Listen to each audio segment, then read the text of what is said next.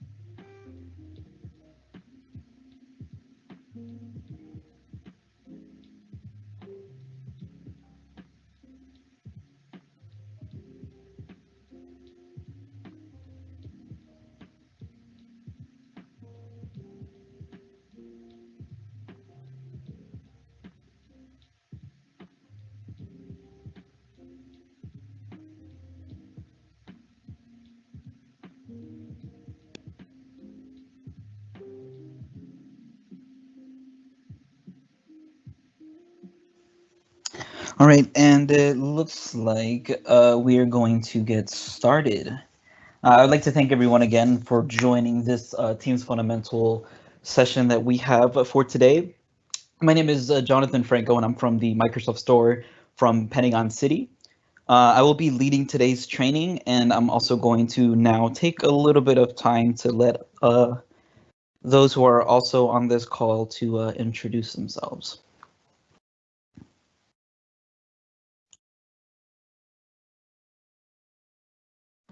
Hey guys, my name is Shane. I'm going to be collaborating with John while he presents and answering questions in the chat. So I am happy to have you guys here at the daily training, and thank you very much for coming.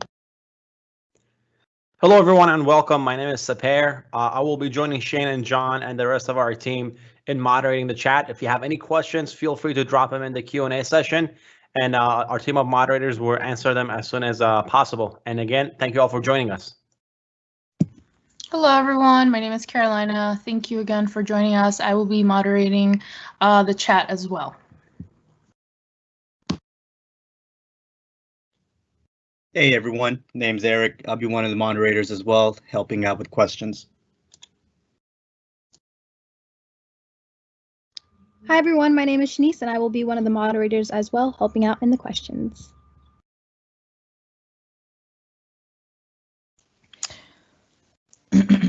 Perfect. So let's get started with what Microsoft Teams is. It is an application that is also a central hub for teamwork with Office 365. What's nice is that it brings people as well as information and applications that you use every day to achieve more within your workplace.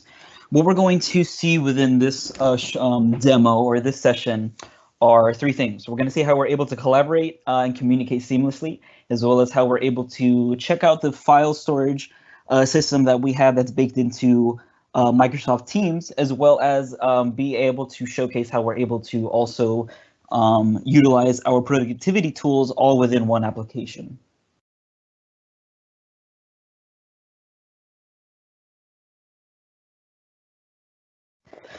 Then moving how we can see how Microsoft Teams can impact your organization, we're going to be going over the 3 C's that we like to call it: communication, collaboration, as well as customization.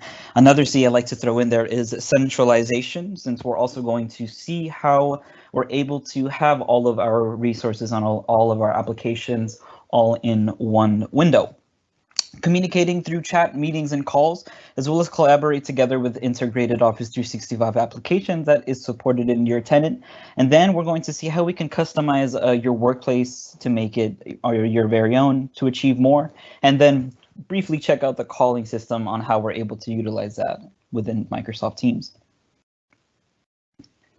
Not only is it great on just the features that Microsoft Teams has, but also the cross-platform experience that we're able to showcase. What we're going to be doing this demo on is the web version. We're going to be utilizing the new Edge that's based off of the Chromium engine, but you're able to use Microsoft Teams on other platforms like mobile and desktop. It's supported on Windows, Mac OS, as well as iPhone and Android.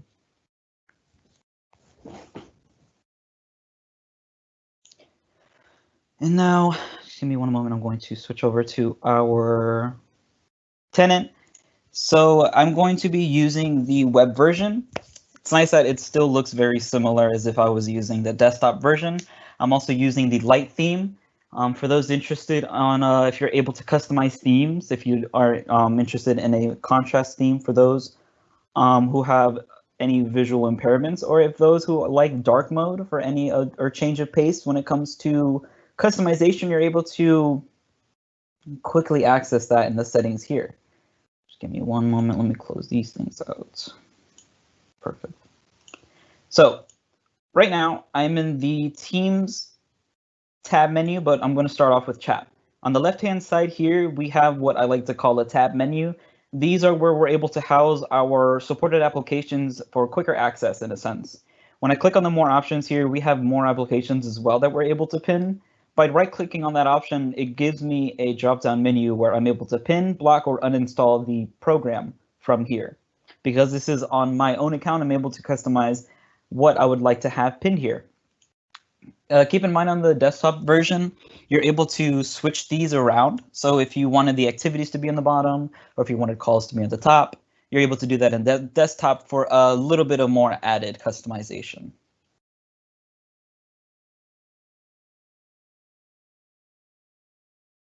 But let's go over to the chat. And as you can see already, we have a little ribbon here indicating that I have a chat that I haven't read. And on the bottom here, there's a little @ symbol. Since now I'm in a Teams that I'm a part of, there has been activity involving mentionings of myself. So here in the chat, this panel here is going to be very similar to Teams as well. This is where your chats are going to be housed and organized. we have two categories here that we're able to organize. We have pinned, and then we have recent. All conversations will be housed in the recents unless pinned or favorited here to the top. You're not able to delete messages, keep in mind. However, you are still able to mute or hide messages by right-clicking or hitting the more options here on the right-hand side. These are the options that are available when you do right-click on any of the chats that you have available, just to give a little bit of more options on how you're able to manipulate these group chats. Here you're able to quickly mark as unread or mark as read for any conversations that you don't necessarily take a part of a lot. Excuse me. You're also able to pin conversations here quickly as well. Any contacts that you have here for any of the conversations, you're able to add as a favorite contact, as well as, like I've said before, muting and hiding will be available in this menu as well.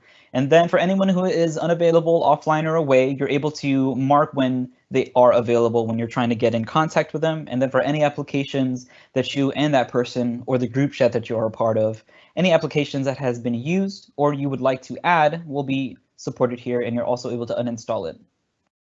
But keep in mind, uninstalling it will only be if you have it per se added as a tab, and we'll get into that shortly.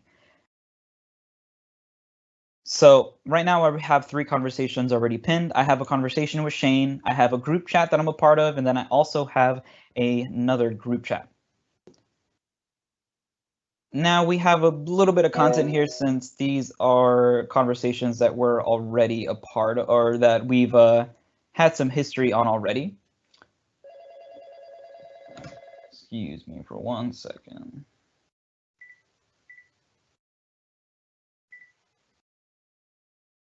But now, since, let's see, on the top here we have where we're able to quickly access our contacts, as well as where we're able to filter out our chats. Another thing that we're also able to do is, let's see, we're able to hide any conversation or the categorized conversations as well. So because over time you're going to notice that unless you manually hide every conversation that you don't want to, say, be a part of or see in this list, it's going to populate over time. So best practice includes, for any conversations, for anyone that you're constantly or consistently communicating with, any recurring meetings, for instance, or any other meetings that are scheduled that you will partake in the future, if you'd like to quickly pin those up to the top, you can do so that you don't have to scramble through this laundry list of just group chats and chats in general. So then we can just hide this, and then we can have all of our conversations that we do want here available in the pinned section. But getting into the chat itself, it's made up of tabs that are located on the top here. Let's see if it shows a little bit of more tabs. Yeah, when I zoom out a little bit more, hopefully everyone is still able to see this. Shane, anyone, are you guys still able to read what's available here? I just want to make sure that the zoom is perfect so that everyone is able to see. Yeah, it looks good from my end. Perfect. So on the top here, we have what are tabs. When we click on this plus icon, it's going to allow us to add any other applications as a tab. Now, keep in mind, my list may look different to your list, since third-party applications have to be approved in certain agencies. Most of the time, it's only first-party products from Microsoft that are supported to be added as tabs or PDF files or websites. Third parties may not be supported, but we're going to look at the ones that we have here already. We have, say, a Word document that I've shared with Shane over the time, and since we're in this document a lot because we like to showcase what co-authoring is, I quickly pinned it here on the top by selecting this icon and selecting a Word document. Keep in mind, you have to make sure you share that certain document in order to pin it here at the top, but right here, I'm quickly able to access a document and work within Teams. This goes back to the centralization part where you don't have to navigate through other windows. You can just do all of your work and all of your productivity tasks. When it comes to Office 365, you're able to do that all in one application. At the top here, you can also notice that Shane is now in this document. Shows that he has this document open, but what I'm going to do is I'm going to open it up in a better view. So let me just click on this way so that I can just open it in Microsoft Teams, not just as a tab. This is just so that I can have a little bit of more space when I'm working on the document. This is a preference. It's perfectly fine to work it out as a tab if you'd like to. That's just for a quicker way of accessing that document. But if you want the full window of Microsoft Teams, opening it up from the File tab can also be done as well. But when I select this option, it's going to tell me that he has it open. What I'm also able to do as well is check out the conversation that me and Shane and I have had. Keep in mind that it looks familiar because this is also grabbing back the previous conversation that we have in Teams. This doesn't use any copies of conversations. I like the consistency that Microsoft Teams has, where that's kind of where I like that deleting isn't available, since anytime you need to get in contact with someone, it'll always have the history available for you. But you're also able to quickly access your comments as well on any of the documents. But then if you have a preference of opening those documents in the browser or in the desktop version, go for it. By all means, you may do that as well. The only thing I don't advise is downloading it, since that may mess with the version history of the document. If you plan on collaborating with others, and if you plan on making sure the edits that you have will sync with the same document of others, do not download the document. Only work on it through opening it on your preferred application. But now what's nice is that we can even go to the location where Shane is, and it's going to take you to his cursor. And then as you can see, anything that are removed, it's going to show anything that's removed by that person, and even timestamps all of that as well. For anyone interested in version history, you do have to open that application in the desktop version. And then from there, you're able to go back to a certain part of the document that you like. Going back by clicking on the chat icon here, we can look onto what these two icons are, which is video and audio calling for any impromptu meetings that you would like to conduct. Calling someone would do that, and then because I don't have the permissions set to allow, we're just going to continue with out audio and video. And this is just to quickly showcase what's available here as an option. Now it's going to forward it. No worries. These are just, I just want to make sure I could show the icons, but you do have your, if you're used to Skype for Business, it'll look very similar to what you're using. If you're using it in Microsoft Teams, you have your icons of toggling on your camera and your microphone, as well as this icon to share your screen. And then you also have options like showing your device. I don't want to interrupt her, but you do have options to say select your preferred device settings if you have preferred mics or cameras while you're conducting those meetings. You do have a way of checking meeting notes as well as checking or recording the meetings. Keep in mind that recording meetings also has to be approved for your organization to utilize it in Microsoft Teams.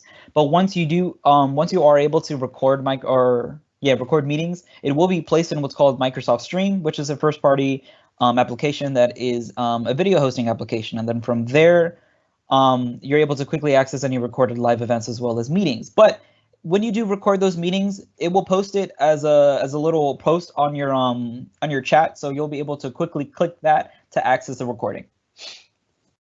Going in the top right here also will quickly give us an option to add anyone.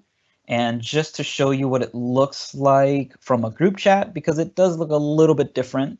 When I click on this icon, notice how it looks a little bit different if we do squint, because now we have multiple people in this conversation. We are able to boot people out if we would like to.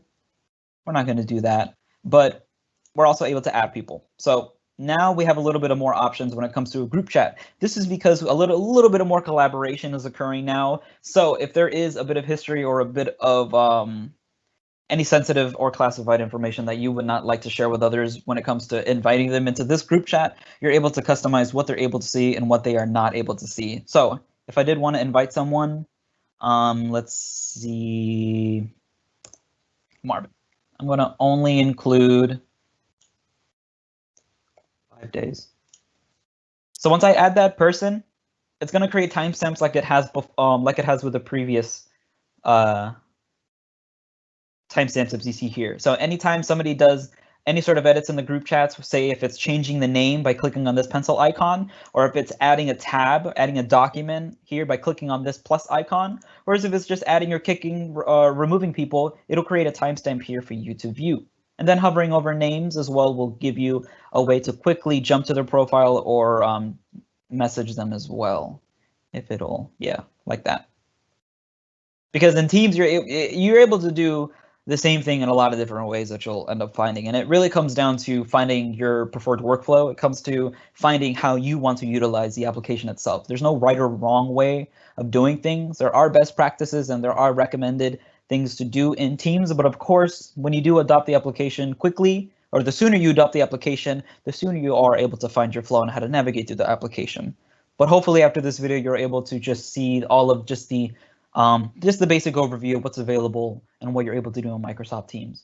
Also keep in mind that any features that is not available in your version of Teams, that's only because the admin of, or the person in your IT department that's in charge of deploying this application has set certain features off. What's nice about Microsoft Teams is that you won't notice anything here with, say, like an X over it, a slash, anything saying this isn't available. It's all in a nice, tidy, user-friendly user interface, which is something that I do love about Microsoft Teams. And if you are interested in anything that is not available in Teams that you just want to know about, contact your admin or the head of your IT that's in charge of deploying Microsoft Teams, and then from there, hopefully they are able to give you insight on that. But are there any questions on just chats itself or any features that they want me to go over? Because the only thing in chats really to go over other than, well, no, the only thing really is just what's available here in the text box. Shane, I just want to make sure. Any questions that you think a demonstration would answer quickly? If not, it is all good. The only thing that I think needs to be shown on screen, whenever you do get to creating meetings, just make sure you do go over creating Teams meetings from within Outlook. Yep, perfect. So going down here in the text box is where you're able to compose your messages. On the bottom here in the options, it can look a little bit different depending on what's available in your tenant, but these first couple of options are consistent. This letter with the paintbrush is where you're able to format your conversations to add a little bit of more for a formal tone in your conversations, or if you just want to format your text, this is where you're able to do that. This option here will allow you to do a little bit more formatting as well. This just gives you more options. You're able to set delivery options. This may also be available or not, but you're able to list important messages, and they will also be pinged as important messages as well, if you would like to post any important messages. And then urgent messages are also given with caution, I would say, since recipients are notified every 2 minutes for 20 minutes, and they're also emailed as well. So if you do need to get in contact with someone immediately, by all means use it. But other than that, important messages are usually appropriate for most things. Moving on was where we're able to attach any files from your OneDrive storage, as well as your local computer. Like the conversation or the document that I've shared here, any files that you do share are going to be in the Files tab here. Files tabs are always created by default for any conversations, just for a disclaimer. So when you do click on it, you have a more compact viewing of all your files that you share, so that over time, when you do have a longer history of your chat, you don't have to dig through your chats just to look for a document. You'll have it here quickly to access. But then going back to that, we get a little bit into the fun stuff. Let's go to Shane just so we can send him more GIFs, because why not? Everyone deserves it. We have what's labeled fun stuff, where we have your emoticons, you have your stickers, and you also have your GIFs or GIFs, however you would like to say it. Shane, for the millionth time, I know you're sick of it. I will send you my working from home GIF, because aren't we all? These are also available to be set as available or not, but you're also able to set certain filters for GIFs depending on content. But then you're also able to schedule meetings from here as well. Keep in mind, depending on what chat or what group chat you have open, when you do schedule that meeting in that chat, it's going to automatically dump the contacts of that group chat into the required listing of your invites. So if I'm in a group chat of 6 people, when I do schedule a meeting, it's going to automatically post those people here for required attendees. And what's nice also is that we get a little bit of assistance here with Scheduling Assistant, where we're able to view at a glance on the availability of others that I invite into this meeting. So I'm able to quickly drag over what time I think this meeting will be most accurate and most appropriate for me to schedule. So it looks like 2 to 3 works best. Like I said before, doing the same thing multiple different ways, you're able to add your attendees and optional attendees as well as the location of your meetings from here as well. And then scheduling, of course, is done through this tab, but any other customization or additions to your meeting can be done through the details. If you did want to post a link to an agenda or a document, you can do so from the description here, as well as adding your location, as well as adding a channel. And when it comes to adding a channel, differences being that when you do add it in a channel, everyone will be notified in that channel that there is a team that has been scheduled for that. And I'll show you guys that what that looks like in a team shortly. But I'm going to, let's see. I'm going to discard this because we'll go over meetings shortly also when we go into the calendar. But let's get that more options. Any applications that you do end up using that doesn't populate here, for instance, because I used the stock application about a couple days ago. So it's posted here or pinned here because I've used it. If you click on the more options here, you do have another way of looking for more applications that you're able to send as a message, like a Wikipedia search, a YouTube search, any big news, or as well as a place that you like to share. That can be done through the more options as well. If I want to send Shane what today's weather's looking like, I can quickly do that from Teams as well. Let's fire through MSN weather, so I can get me some weather if it wants to load. If not, it's okay. It's all good. No worries. So just going through this conversation, we're going to notice how we have a little bit of things to point out. We have some icons to point out. We have an at mention. So anytime I'm mentioned, you're going to have a little symbol here as well as an edge here on the left-hand side that is orange that somebody has mentioned me, and it'll show where that person mentioned me. I got praise from Shane. Good job with the project. I got a problem solver praise. That's always appreciated. But then you also have your important tag like I've shown before. But then also you have your meetings here that I've shown briefly on how to record. Notice how here you're able to post them, or they get posted automatically, and then you can open them in Microsoft Stream if you would like to. And then going over it, we can see how we have reactions as well. So if you don't want to send somebody a message acknowledging their previous message, you can just react to their message. That's another sign of just, hey, I acknowledge your message. And there are multiple ways of reacting to that message. You have your thumbs up, heart, laugh, surprised, sad, and mad, or yeah, angry. But then when it comes to the more options in messages itself, you can delete your own messages, but there will be a timestamp that a message was deleted. There is always a level of transparency that's available in Microsoft Teams. So once I put that, it's going to be message has been deleted. You're not able to delete other people's messages, depending if you are, however, the owner of a channel per se, or if you are an owner, you are able to do that. But other than that, if you are just a member, you are not able to. Let me just hover over this just to show what other options are available in your own messages. You are able to edit your own messages and delete. However, these two options may not be available depending on how your admin has set that up. You're also able to save messages. When I click on that, it's going to populate that over here. When I select this icon on the top right-hand corner, that's where all the saved messages and posts are stored. Going back to the options here by hovering over and then selecting, I can share to Outlook, mark as unread, as well as activate the immersive reader to read this message to me. But that's really much it with just chat itself. Very straightforward. This is really where your one-on-one messaging and your group messaging is going to occur. The most popular question that pops up is what's the difference between a group chat and a channel?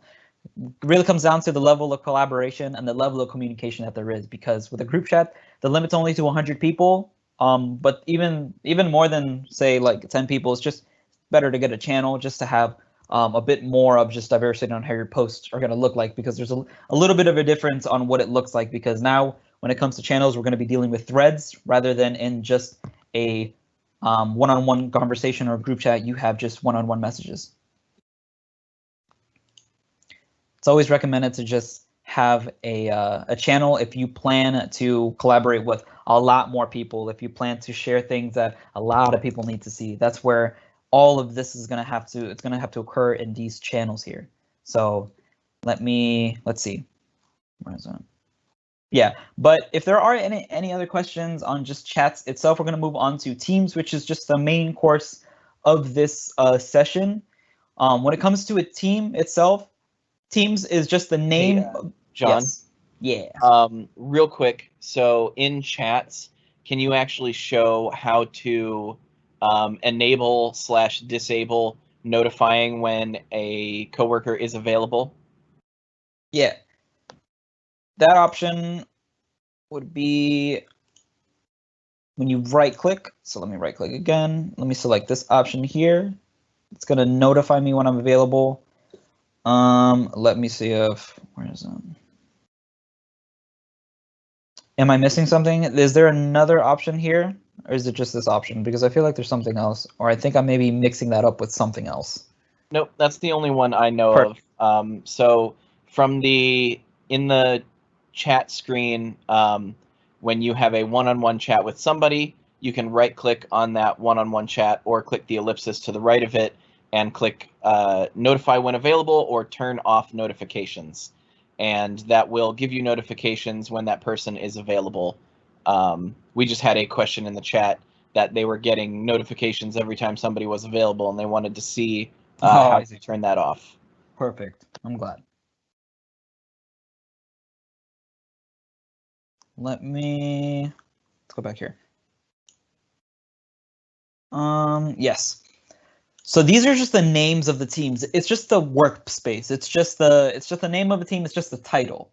When you select it, this is where all of the communication and collaboration occurs. These are what's called channels. Channels make up a team.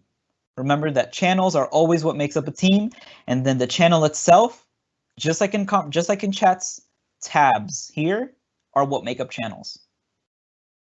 And then just to see what it looks like, notice here it looks a little bit different now because now we got threads. Now we have posts here from other people. Now we have more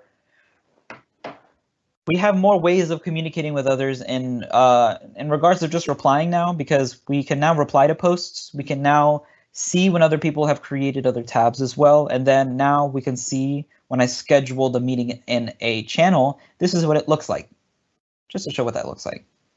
But just to go back, a team is just a workspace that you're either an owner of or you're a member of. If you don't see any teams, it's most likely because you're not a member of it. If you are an owner, however, we're going to go through the settings and control options as well. But then we're also going to go through the process of a brief process of creating a team, just to show what that looks like. But doing so would be on the bottom here, because notice how this panel is very similar now. This is just where it houses all of your teams and channels accordingly, just like how we viewed in the channels or in the chats. We have a way of toggling our menu so that it looks a bit more tidy. If you want to hide teams that you don't really see yourself a part of or in a lot, you're able to hide them here, and they'll just be in the hidden teams here on the bottom. So if you did want to tidy up your listings here just to not really turn it into an eyesore, you can by all means customize that, and you're free to do so however you would please to. And just like how we were able to pin conversations one by one in the chats, you're able to pin channels that you are a part of a lot, that you're in a lot, just like how you could with chats. So pinning that will populate that all the way to the top, so that even if you also hide this, you just have your channels that you're always in a lot. These are always just best practices to alleviate the eyesore, because over time when you do join teams, because there are org-wide teams that you join in by default that people create, over time you will notice that this can turn into a bit of a laundry list. Going on the bottom here is where you're able to create a team, and you're also able to join a team with a code. This blank space here will be available to any public teams that are created within your organization by others that you're able to join freely. And then on the top right, you're able to search those public teams as well. Keep in mind that depending on the agency that you're a part of, also, there is a process in creating a team. You do have to submit a ticket to request to be able to create a team, and then from there you may be approved or denied. but this option here may not be available.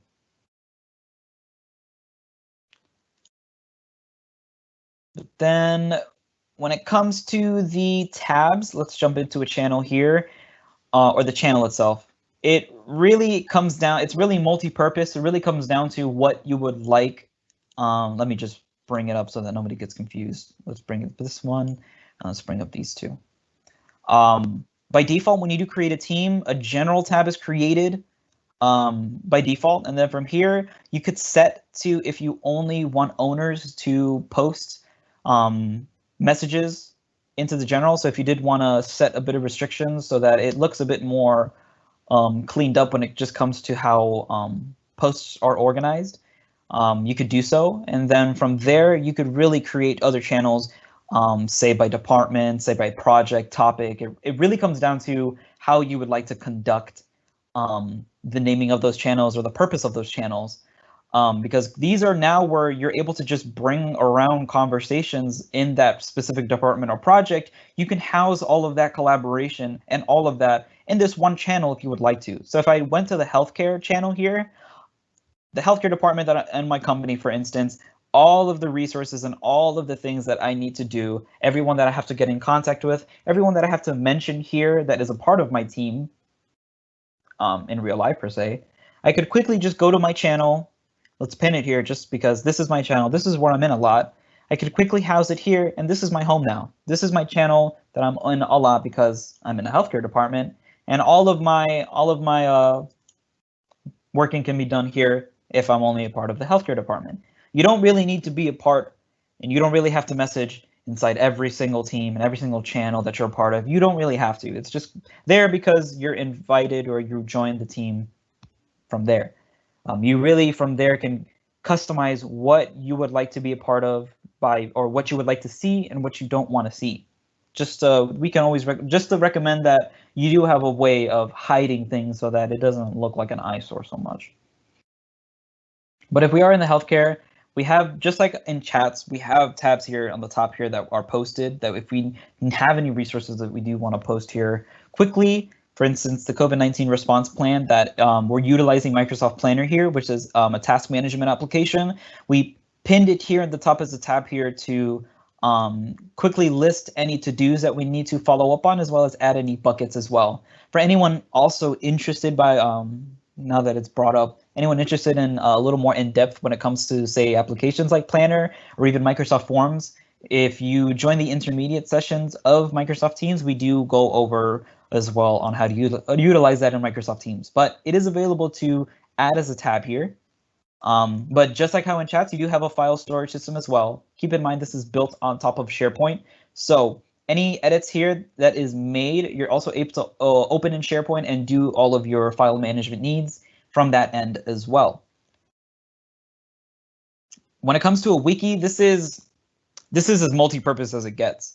There's no fine line when it comes to the purpose of utilizing this. It really comes down to how you would want to use it. If you want to use it as a note-taking app, if you want to use it as a journal, if you want to use it as, say, a way of conducting notes and meetings separately, you can really do it however you would like. It comes down to really how you want to use Wiki. It can be like posting a syllabus in a channel. You could use Wiki as to post any sort of concrete information that every single user in a channel needs to read when they join the channel, if you would like to. It really comes down to how you want to utilize them.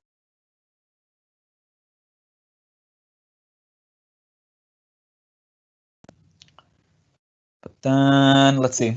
So going to the tab, let's just quickly show what it looks like to add a website as well, because you are able to add websites too, and you can even open them as well.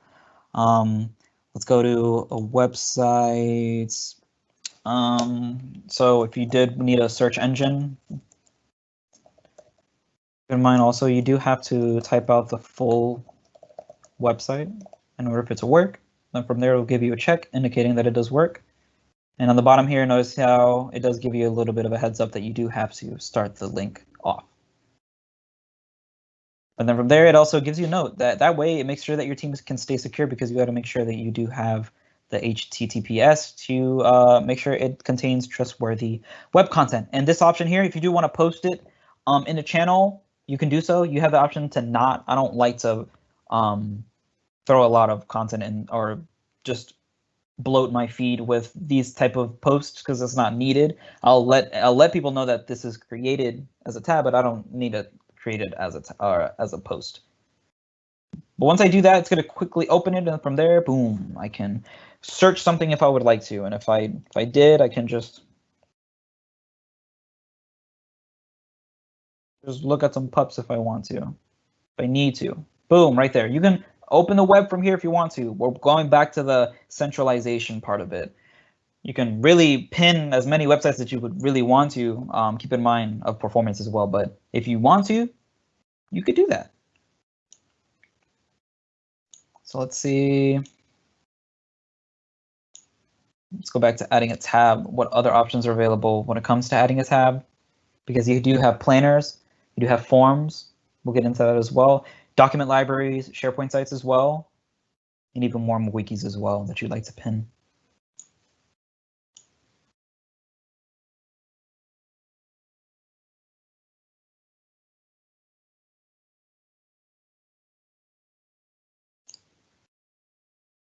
But then, let's see, anything on just the tabs part of channels, because it's very similar to chat. It follows the same principles of quickly pinning resources at the top that you would want others to utilize as well. It comes down to that philosophy.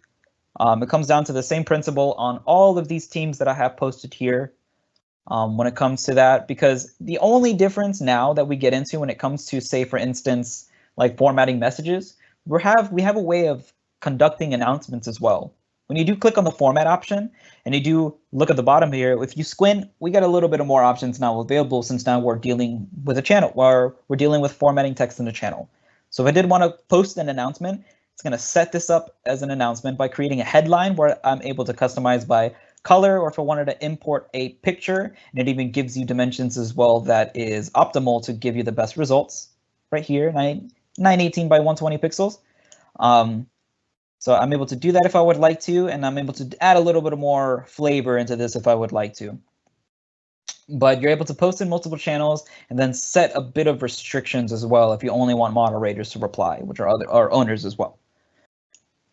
But it follows, for instance, mentioning people. It does the same. You follow the same idea of mentioning people by, at mentioning, shift the number 2 to give that at symbol.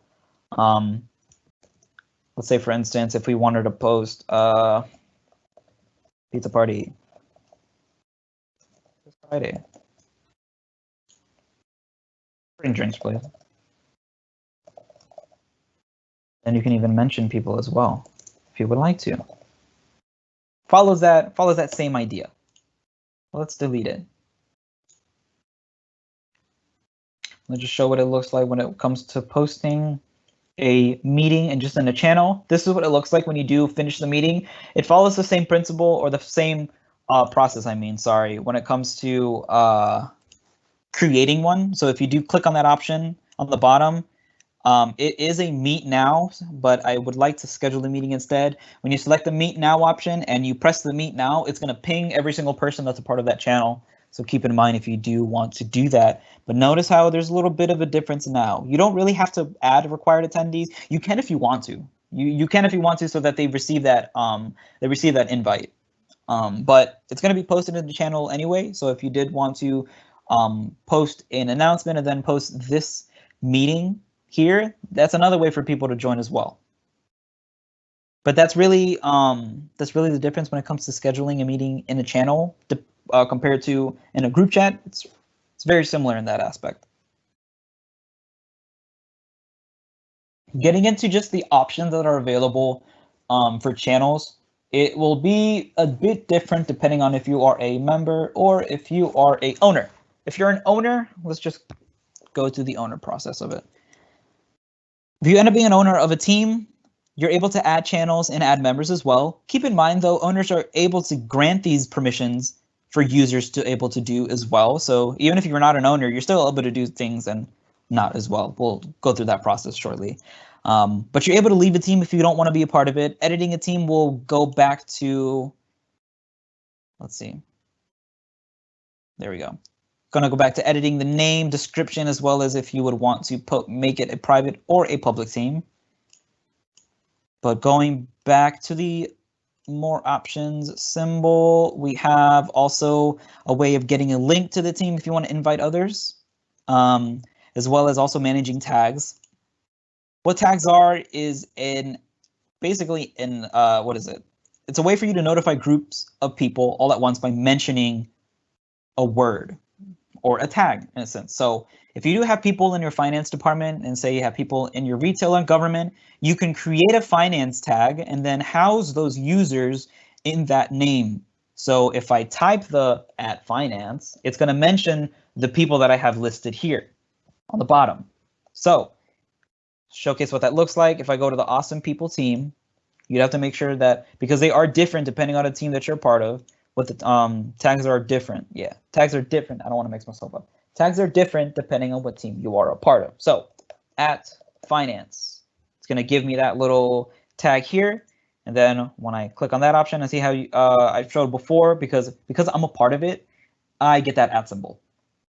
If you're not a part of that that mention, if you're not mentioned, you're not going to see these pop up. But because I'm a part of it, notice on the bottom I get a way of notifying people more efficiently or adding people more efficiently, because I don't want to mention 10 people in a post. No, I'd rather create a tag with those 10 people and then quickly mention those people in the future so to make things a little more easier. Delete that. Oh, also, quick tip, when you mention people, if people have long names, or in their names when they have their credentials set, they may have like an ID number, they may have an alias that ends up being really long. If that's the case, a quick tip would be, if, say for instance, let's do Marvin. If Marvin has a really long name or multiple names that just ends up really taking up a lot of space, if you hit the backspace once, it'll delete by the word. So if you just want to have Marvin like that, hello, you can do that if you'd like to, so that it looks a bit more cleaned up. Now I'm actually interested if does it do it by the last name?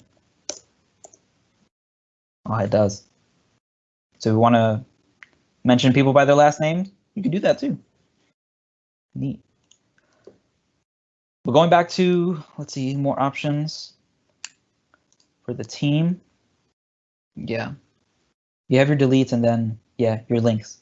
But then going into the options for channels, just to show what that also looks like, is where, again, you're able to pin as well as set notifications of the channel. So if you don't want to be notified of every single post that people make, you can turn that off, as well as mention or replies. Any channel mentions as well, you could set that if you'd only like it to show up in your feed, and that's right here, this icon right here on the top left, the activity feed. If you only want it to pop up there, you could do so. Or if you want it as a banner, which is those little purple icons that pops up on the bottom right hand corner, and you get a little ping sound, that's what a banner is. So if you want to set it to any way, you have a way of doing so. Going back to the channel options, you have a way of getting the email address of this channel. So if you go to Outlook and you send an email to this email address, it's going to create it as a post. And let me show you what that looks like when you do so. Going to the general channel of the Northern Earthquake Exercise Team, we can go up to the top and notice this little mail icon with an email address on the top. That's my email address, and showcasing that I was able to send an email address to this, and it posted it as a thread. I'm able to download it as well as reply to this message. But do keep in mind that any comments that you do make, you're replying to the post, not the email. So you're replying to an email message, and your comment will only be visible in Teams. So it will not populate into Outlook. Keep that in mind. Going back to general, we then have a way of getting a link to the channel, quickly inviting others, and then the connectors are just another word for the applications that are a part of that channel, if I'm not wrong. Because this has to do with, oops, we don't like to see that. Correct me if I'm wrong, if it'll let me open it. Because depending or not, this may or may not, oh, this has to do with accounts. That's what it is, sorry. Any applications that you have that has a sign-in or an account that is associated with it can be managed through that as well. But that's all for just the options when you right-click or select the ellipses here on the right for both a channel and a team. But getting into a little more in-depth when you are an owner of a team per se. When you click on the Manage Team, we're going to get into the settings or under the hood, in a sense, of your team. So you're able to quickly add members and add channels from this option if you are doing a lot more of the backend or admin stuff of your team. If you just want to be on this panel and do all of your admin stuff from the get-go from here, you could manage it there. But notice how before I'm able to do the same things. Add channels, add channels. The same goes for members.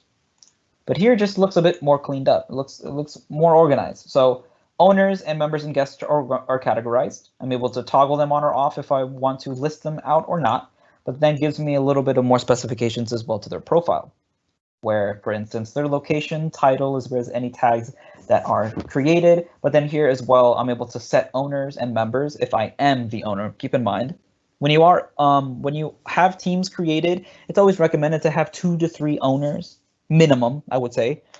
Just in case if there are any leavers or any transfers of departments, if people end up leaving the company, just so that a team isn't left without an owner to do any admin stuff, just to prevent any of that.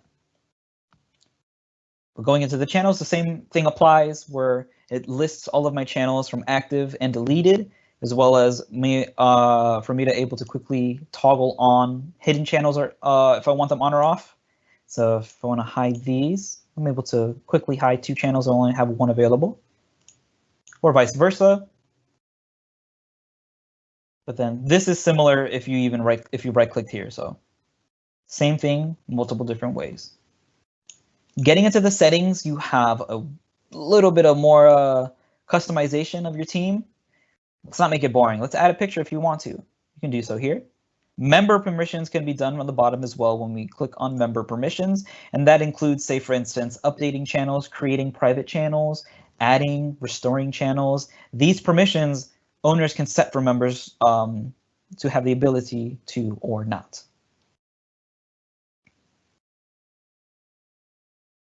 And then for any guests that you do invite to these teams, you can allow them to create channels or delete channels if you would like to.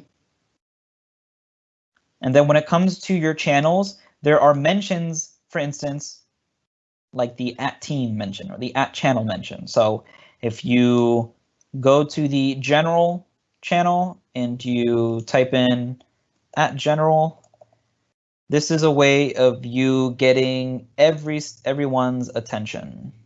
Oops. I think that's because I have it off. I'm pretty sure. Let's go back to settings. But if you do list the name of the channel or let's go to it, or the team, you'll be able to quickly send a notification to everyone. This will send a notification to everyone on the team.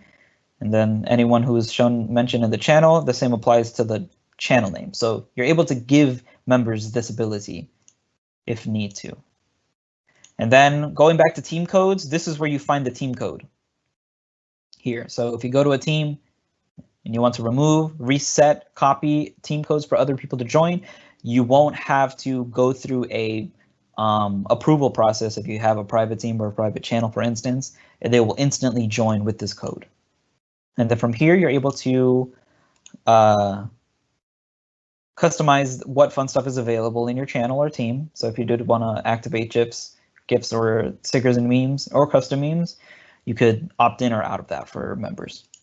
And then here's where you're able to choose who is able to create tags. If you only want it to be set to owners, or if you would like all members to create tags. And I feel like I'm flying through this. I just want to make sure everything is being addressed. Please let me know if there's any resetting that needs to occur. But moving on to the next tab in the settings here. And just a reminder on how I got here. When I clicked on the more options and I went to manage team, this brought me to this. And I just clicked on analytics for anyone interested in data for their team. You're able to view over a certain period of time, last 7 days, 30 to even 90 days of data if you're interested in that, and then also customize what channels you would like to see the data of, or even all channels if need be. But any messages, meetings conducted, users, and activity will be done here, or will be showed here, I mean. And then as well as all the SharePoint files of how much storage that is. And then here, quickly uninstall or install any applications that you want to have a part of your team. So these first-party products are always available by default for channels. You have the ability to delete if you would like to, again. But that goes over really just the options here that are available for this team. And if you do click on the gear option, you're able to quickly have all of your channels listed in a compact view. So if you want them all tidied up here as a listing, you're able to do that.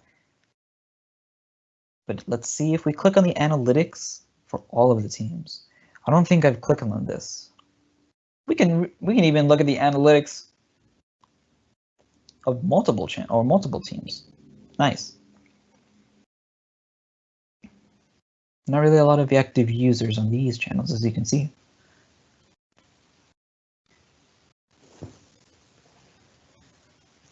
But going on to calls, very straightforward with the next options that I'm going to be going, or the next apps that I'm going to be going over on this tab menu here. We have a speed dial that I can quickly call people. And I'm actually going to even show you a quicker way of calling people. But I'm able to add people on speed dial as well as add people, or add groups, I'm sorry, to the speed dial. Quickly add contacts as well as view all of my contacts. Any favorited contacts can be done so here, as well as a history of any incoming and outgoing calls can be viewed here. And then if you have a configured voicemail and you have any voicemails to check on, the transcripts of those can also be available here. But then if you need to make a call, clicking on the bottom here will allow you to quickly audio or video call anyone that you've recently got in contact with, or anyone within your organization. You can quickly search somebody up to call. For the files, this is built on SharePoint, just to address that again. So as you can see, if I go to Microsoft Teams, it's going to show all of the files that is shared with every single in every single channel in every single team that I'm a part of. So depending on how much content there is, this may take a while when it comes to loading all of it. But while this loads, you also have a way of accessing your OneDrive storage or any third-party storage accounts that you would like to add. Clicking on this will allow you to do so. But then here, as you can see, we have things from emails to pictures, just everything that is shared amongst Microsoft Teams that you're a part of. All of that can be viewed here and then filtered by clicking on these options. You can even quickly open these documents from here as well. Clicking on the more options will allow you to open in the preferred application, as well as edit in Teams if you would like to. If you need to get a link, that can be done through here as well. But then it's really it when it comes to the files. It's just a quicker way of looking at every single thing that you've shared or that you're a part of.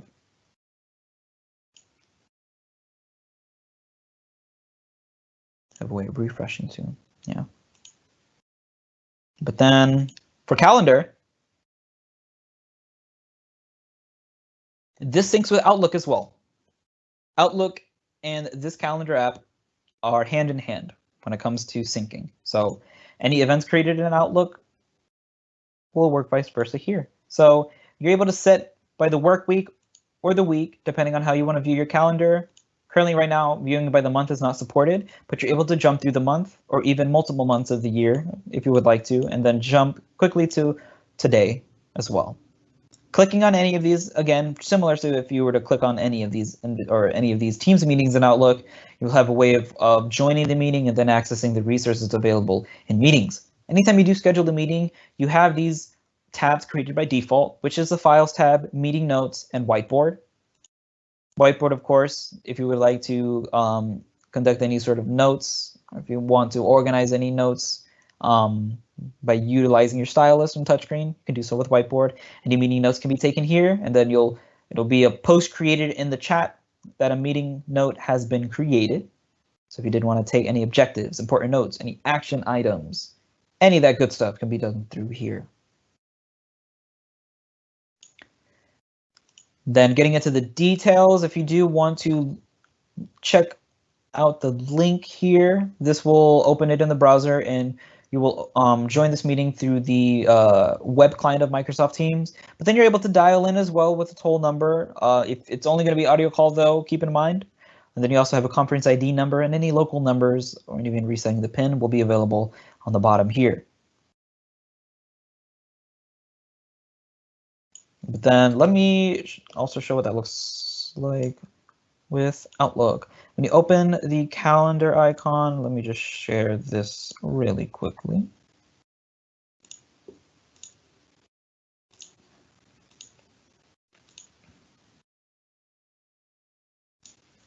So when you select your calendar in Outlook, there's going to be an option next to creating a new appointment. It's going to be called New Teams Meeting here, right here. So when you do click on this option, and I do apologize, I do have to switch again my screen. It's going to open just as if you were creating another event in Outlook. It's going to look very, very, very similar. Let me bring this guy up. So the only thing that's going to look a little bit different is just now in the description, it auto-populates the same sort of descriptions to join online, as well as dial in by phone, just like you saw when I clicked on another meeting. This is just what it's different with creating a meeting, because you now have a designated area to join into an online meeting. This is where teleconferencing now can occur. You have to make sure you click on New Teams Meeting though, if you do plan to collaborate and communicate within Microsoft Teams. And then if you want to set your titles, it's going to be a demo team update. So then if I did want to add people, this is using my actual account, so I'm not going to do that, but that can be done through here if I would like to. Then if you did want to set any lobby permissions within the meeting options, it's going to open the web version of Teams or your desktop Teams. If you do click on this, so this is just going to set how you would want people to wait in the lobby. Or if you do want to have people wait in the lobby before joining the meeting, you can do that. Let me show you what that looks like too, but let's go ahead and jump back into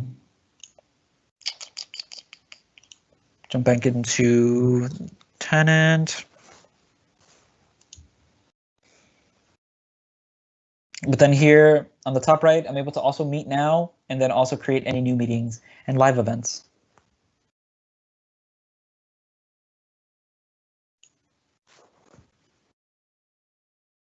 And then Shifts is just another first-party application available that's baked into Microsoft Teams. It's created for Microsoft Teams if you do want to create a team schedule. That's available to pin here or unpin if you want to clean up your tab menu. When I do click out of it, it's going to disappear. It's going to have my planner available here for my pin, but I'm going to remove that.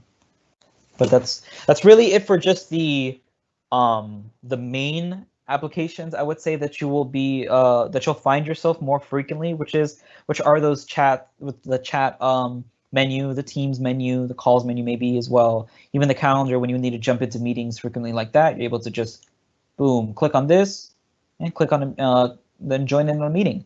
But I purposely left the activity last because any sort of collaboration that I do, any sort of activity that I'm a part of will populate here over time. And notice how some are bold and some are not. The ones that are bold are because it's some activity that you have not checked on. So when I do click on it, it'll now return back to normal font, and the same thing goes for the others as well. But clicking on any of these will quickly jump you to that interaction. It will highlight it in yellow when you're in the web client. It's a way of you checking out what you've missed. It's recommended for you to start your day off checking the activity feed just to see what you've missed, but it can get overwhelming if you do end up missing out on a couple of days. So if you did need to filter through it out, just click on the funnel here on the right-hand side, And when you do that, what it's going to allow you to do is set any sort of filters, like any unread messages, if you need to see who mentioned you, any reactions to your messages, as well as any replies can be checked out through here as well. But let's say you didn't need to check out any sort of activity. If you just need to check out your activity that you've conducted on your part, you can look at the My Activity portion as well as filter through that as well if you would like to.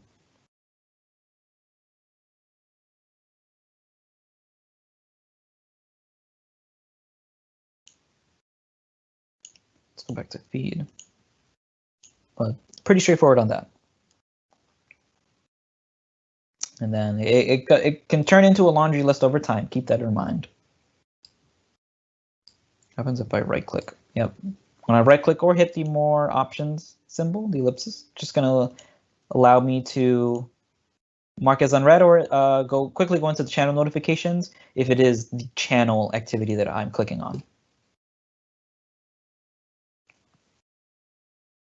But speaking of notifications, let's get a little more in depth on that part. Going over on the top right hand corner and then going into the settings is where you're able to customize how you can be get in contact with. So going into notifications, when I select the settings, is where I'm able to select how I would like to have my notifications, how I would like to receive my notifications. That's what I meant. I would recommend not having banner and email because over time your inbox will get filled up with emails of activity. I can guarantee you that. If you want to alleviate that, if you just want to make sure your inbox is nice and tidy, banner or only show in feed is recommended. The same thing can be said for when you want to do so for any chat messages, any membership changes. As you can see, notification sounds can be turned off. You have a way of really customizing what's on and what's not on, just so that we can prevent any annoyances. But now that we're in the settings already, going back here, like I've previously shown, where I'm able to customize my theme. A lot of people prefer dark theme. Others need high contrast to see clear. Whichever way, whichever theme you would like, by all means, go for it. App language can be customized through here, and as well as the keyboard language, but keep in mind that they will override keyboard shortcuts when you do change. Switching over to privacy, if you do set yourself to do not disturb, managing priority access is giving access to other people to get in contact with you, even if you do set yourself to do not disturb. So when you do set yourself to that, you will still receive it, just as a bit of a safety net if people still need to get in contact with you. Managers, HR managers, any of that good stuff, by all means, set that accordingly. Any callers with no ID, by all means, can be blocked, and you can also edit your blocked contacts here. When it comes to read receipts, this may be set on by default by the admin, depending on your organization. But if you have the ability to set them on or off, you could turn them on if you would like to. Surveys that are conducted by Microsoft Teams, you can opt in or out if you would like to participate in them, but they are always appreciated. When it comes to calls, you're able to set answering rules from allowing to let the calls ring or just forward them to voicemail by default. Speaking of voicemails, I can configure my voicemail from here if I would like to, as well as customize my ringtone and even play test any ringtones that I would like to check out before setting. For accessibility, if you would like to set this mode to allow communication through text over phone line, this can be done through this mode. However, to get this working, please make sure to have a compatible device connected. But still going back to the top right hand corner of my icon, where it really I get to customize my online presence by hovering over to this icon or this option here, where I can set myself to maybe do not disturb, oops, or appear away, reset my status, maybe appear busy if I am busy. Teams will automatically set your presence if you are in meetings or live events. If you're a producer in a live event, you're going to be set to do not disturb any meetings or live events that you're set to. As a presenter, you'll be in a meeting or busy. When it comes to out of office, I don't think Teams communicates with Outlook out of office. I may be wrong. There may be a difference on that. But if you do set, for instance, let me see if I could show. if you set yourself to out of office like the away for availability in Outlook, it'll kind of set yourself to out of office. You can do that if you'd like to. But it's not the same, I believe, with Skype for Business currently. Going back to the top right-hand corner, I'm able to set a status message if I am away, or if I would like to set a status message. If I am away, if I need to put someone down, if somebody is trying to get in contact with me. So, for instance, I will be away for the next week. Please contact Shane, like that, for any questions. And then I can even set a certain time limit of when I want my status message to clear, and even show this to people when they do message me, and that's the idea. Set it for an hour. And then from there, my status has been set. And then your status message, you get a little banner here that pops up. And I quickly change my status if I would like to edit or delete. And then, like I've showed before, I believe I may not have, but on the top right-hand corner is where all of my saved messages will be stored. If I wanted to check out on any posts or any messages from one-on-one conversations or group chats, if I would like to view it at a later time, I could quickly save those messages and have them all populate here. If I no longer need to have these messages saved, you could go to the message itself and hover over it and then unsave it. And then they will go away. Moving to keyboard shortcuts, if you want to learn how to fly through this application, because you will fly through this application with these shortcuts, by all means, check out these and over time get familiar with them.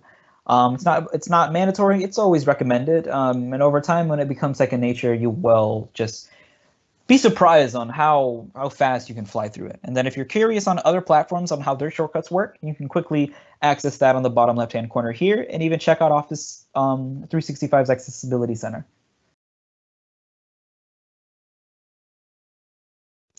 Then here, going back on there, we have another way of downloading the desktop or mobile app. You can also download it through here. But that's really it for these options. If you need to change your picture, you can quickly do that here. Keep in mind that this also will reflect your Office 365 applications.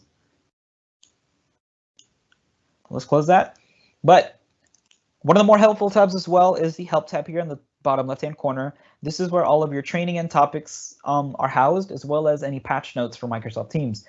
If you need to check out quickly how to do something, or if you're curious on how to do something, you have ways of checking out quick videos, as well as PDF files on anything that you would want to learn about with Microsoft Teams. From uploading and finding files, to setting up a team, to even customizing it as well. All of these topics are available for you at your disposal.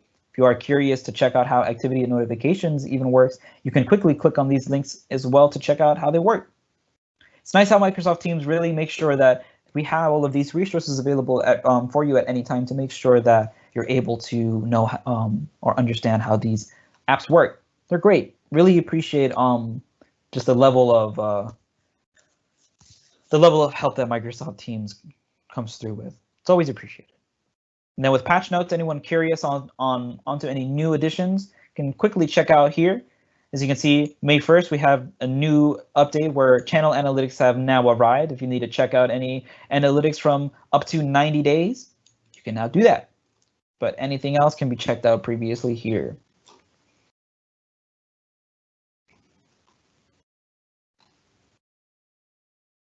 Fun stuff.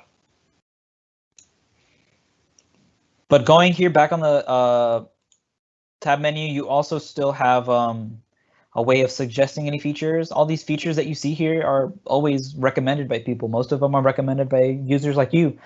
Microsoft always listens to feedback. So if you do have any feedback to give back, by all means, I always recommend to contribute. But let me just show you quickly what it looks like to suggest features, because you get to vote on popular features, and the ideas that have the most votes will, let's go to it. we'll jump into teams. So as you can see, here we have the most popular ideas right now. So show video for all people in video meeting. It's in testing right now. We have engineers that are always on this forums to let people know what's currently worked on, what's currently on the back burner, any great news, for instance. Anything that's listed as under review or even working on, you can check all of that stuff out here and even vote on them as well. Great stuff. Because I love it. Just everyone is always interested in making sure teams can always be better, because teams can always be improved on. By all means, it can always be improved on. And you never know, the idea that you post can maybe one day be on teams. You never know. It's always recommended to post an idea. But a reminder that we have up until 2:30 Eastern time to for this fundamentals training, but this really comes down to just the backbones or the bare bones of just what's available for Microsoft Teams. Oh, I forgot the most important part: the search bar, or other people call it the command bar. This is great stuff here. This is where you can call faster than speed dial, like through the search bar. I kid you not. / call, enter, Shane. I'm calling someone like that instantly. The search bar is fast. It's great. If I need to get in contact with someone, clicking on this / Hey John, sorry chat. to interrupt. I think you might have to share the team's page with us. Oh, you're absolutely right. My fault. Thank you for that. There we go. So many windows open. Perfect. So going back to it, this search bar here, / let's go back to that call. Call Shane. I'm instantly calling someone like that. Quickly. No issues other than permissions, but of course, I don't need to set permissions. But you're able to quickly do all of that stuff from the search bar. If you need to message someone, / chat, boom, I can quickly type in someone's name and send a message. If I need to check on any recent files that I've worked on, / files will take care of that for you. Hit enter, and then any previous files that you've worked on could be accessed here as well. It's one of the most it's one of my favorite tools in Teams. I love this a lot. But if you did need to search people, hitting the @ symbol will allow you to also mention applications that are supported. So if I go to stocks and I want to check out, for instance, Microsoft or maybe Lululemon, I want to see how they're doing. They're probably doing good, most likely. I can quickly look at shares, and I can even look at share prices from here as well if I need to. Same thing goes for weather, and the same thing goes for searching for people to message. Oh no, unable to reach the app. No worries. But even it going as far as setting your status to do not disturb can be done through the search bar as well. But if you do manually set any status, for instance, if it's not updated automatically, it will stay like that until you update it. So keep in mind of that. Let's reset our status, and let me just hit the / just to quickly show you guys what or all of the features that are available. Or the commands, I mean, sorry.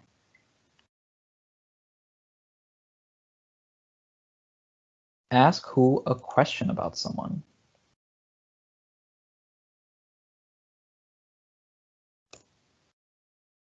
I've never used this before. Search for anyone in your organization. Didn't know that. That's cool. But that really comes down to a basic overview. So the last 15 minutes of the session can be dedicated to a Q&A. So any questions that a demo will answer it better, by all means, I could do that here as well.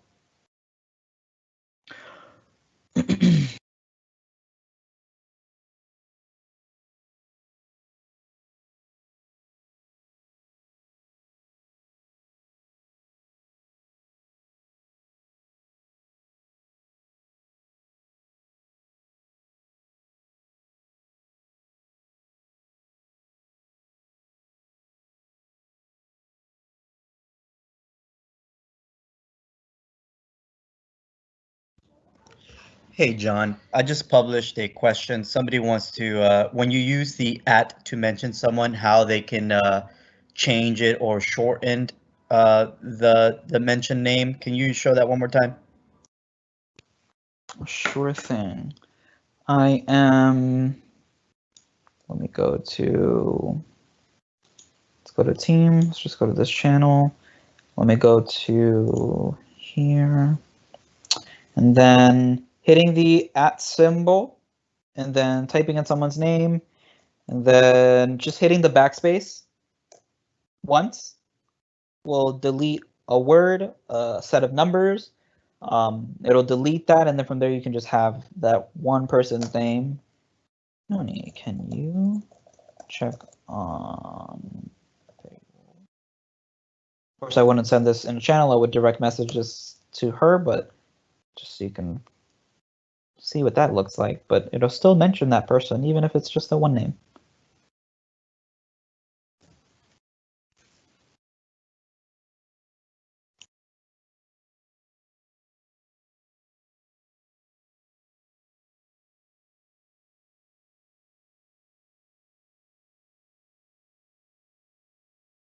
Hey, John, sorry to drop in. And there were some questions that came up regarding some of the functionalities that some people may not have access to.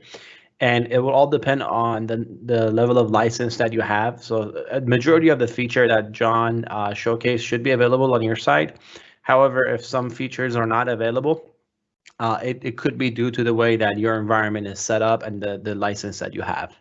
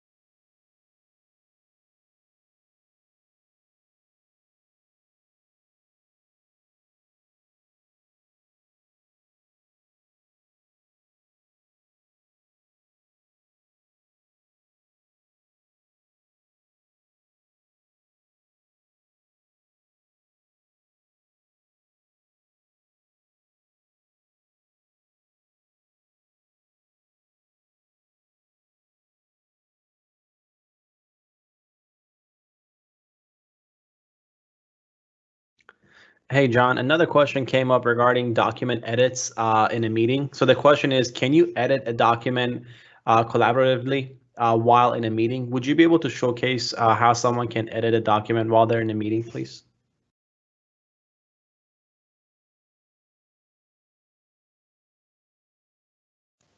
I think. Yeah, you got it. Yeah. I just realized my mic was muted. Sorry about that. Hey Shane, could you here, I'm pretty sure I have you invited to this meeting. I don't think I do. No, I don't. Let me invite you here. Hold on. Let me know when you get this. If you can jump into this meeting real quick, just so that we can have this. Send this update. Let's join in on this. Oops. Let's go back. Okay. Join. Okay, so this is a lobby, just to show what that looks like. People call it a powder room, people call it a lobby. You can quickly pick what your preferred peripherals are when it comes to your speaker, your microphone, camera. You can do that here, as well as toggling on your camera or your microphone, but let's join in on this meeting. Then it's gonna take us here. This is where all of my communicating will be done in other meetings, but let's just jump somewhere else randomly, right? Let's go here. Notice how now it's gonna automatically pin that in the top left-hand corner here.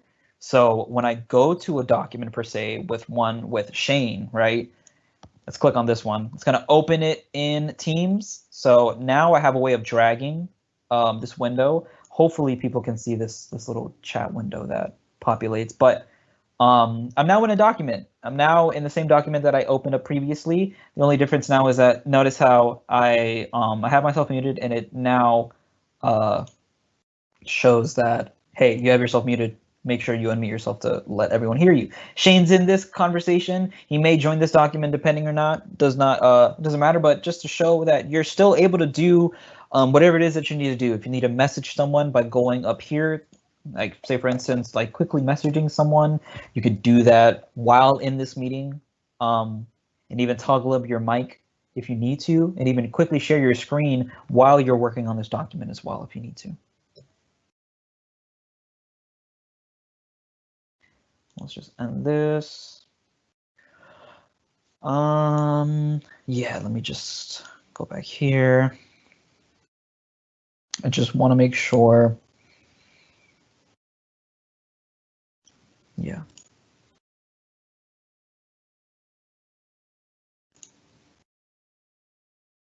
And for anyone interested on this, people call it I've heard, for the first time, people call this a waffle menu. I didn't know people call this a waffle menu. I will now call it a waffle menu, but this is available because I'm in the web version of Teams, so I can quickly go to my O365 applications that's available in my license. So if I need to quickly go to Yammer, SharePoint, Outlook, I can quickly do that here because I am in the web version. But this won't show in the desktop.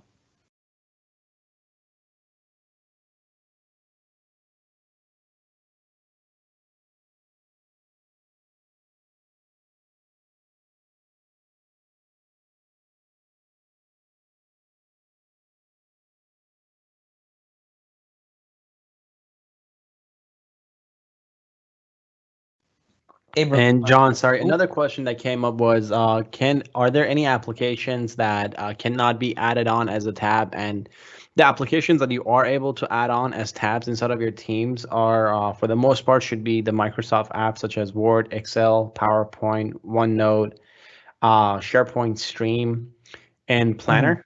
Those are the applications you should have access to immediately. And for some of you, there may be a possibility of having third-party applications.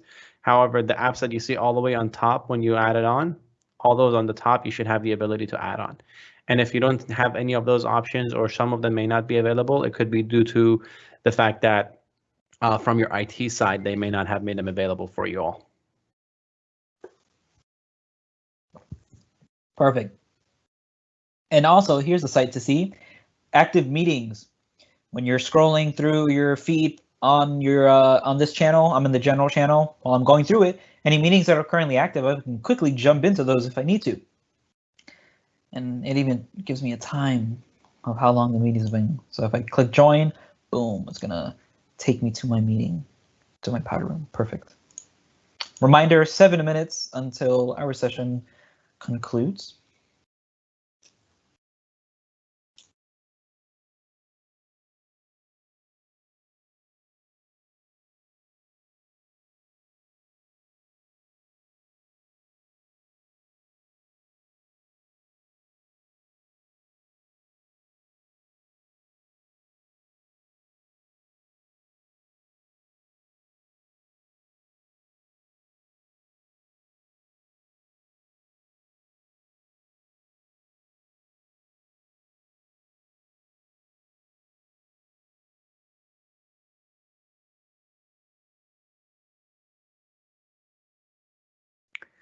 Hey, John, would you mind sharing where the recordings for the call can be posted? So when we go in an event that we do a meeting inside of a Teams channel, or if we do it inside of or how it posts.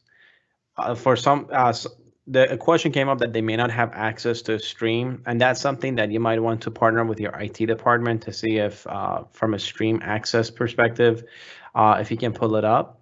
However, once a meeting is recorded, let's say if it actually happens in the Teams channel, that meeting will be posted inside of a Teams channel. Or if it's a call between two individual people, that recording will be posted inside of the chat for that call. Yeah, let me join here. Let me join this meeting and let me start the recording. And then a reminder that when you do start recording, there will be this prompt here for all users that lets everyone know that the meeting is being recorded, and also a little icon here that John Franco has started the recording. But if I do want to stop the recording or end the meeting, I'm gonna Actually, let me stop the recording. Yes. There we go. After the meeting, you can find this recording in the channel conversation or on Microsoft Stream. So, got it. Let me dismiss this. Let me just end the meeting for everyone. And then from there, when I go to the conversation of this, there should be right here. There should be this. This here, where, oops. I believe I have to wait for that. But this will be posted here on the bottom.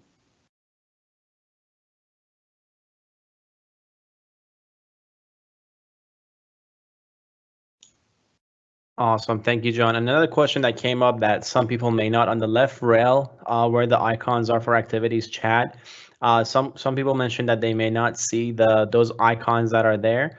What you have the ability to do is if you right click on each of those icons, you have the ability of unpinning them or pinning them. So if you unpin that icon and you go to the ellipses, the 3 dots on the bottom, what it will give you the option is you can actually find those apps that are available there, right click on them, and you can pin it to the left rail for your ease of access.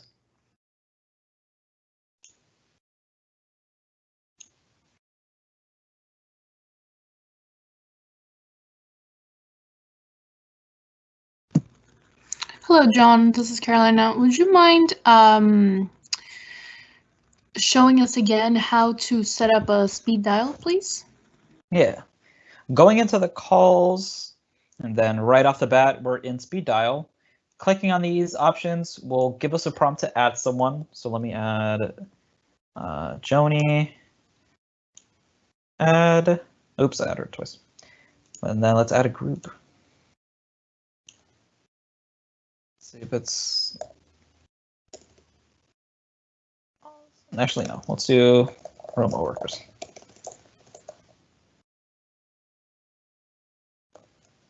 Who are also the best. Oops. Does it not let me? Perfect. So, if I did need to create groups for specified people, I can do that if I need to. Or if I need to move people, I can remove from this group. And I can remove others as well. So if I need to go to this one, if I want to add people to other groups, I can go to the ellipsis here and then add a contact from there. But also another way, or another thing I can do is also rename the group and even delete it from the ellipsis here on the right-hand side.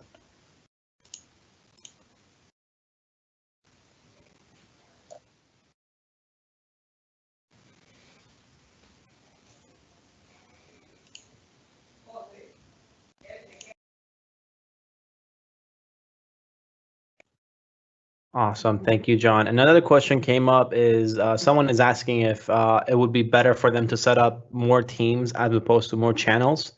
For those of you that do have the ability of creating teams, actually for those of you that don't have the ability to create teams, it is something that you would have to reach out to your IT team. And for some of you, it might be a specific point of contact that you would have to reach out to get a team created. However, the best way to organize your team's environment, if it's around a specific team or topic, channels are the best way to categorize and organize your focus topics. However, if you feel that you would need to add an additional team, you can go ahead and do that. However, it all depends on your preference, how you would like to approach, or how you feel that it's the most organized way for your team to collaborate and work with each other. But it all depends on the level of access that you have to see if you can create a team, or you would have to reach out to your point of contact or IT team to create that team for you. Perfect. But we are running short on time now. I just wanted to let everyone know that I do appreciate everyone for joining. I do thank everyone for joining the session. Tomorrow, get in contact with anyone or the person who has shared this session with you. We will be conducting an intermediate session for Microsoft Teams as well. But thank you guys for joining the session, and I do hope you guys enjoy the rest of your day. Thank you, everyone. We appreciate you coming out. Thanks, everyone, and have a great day.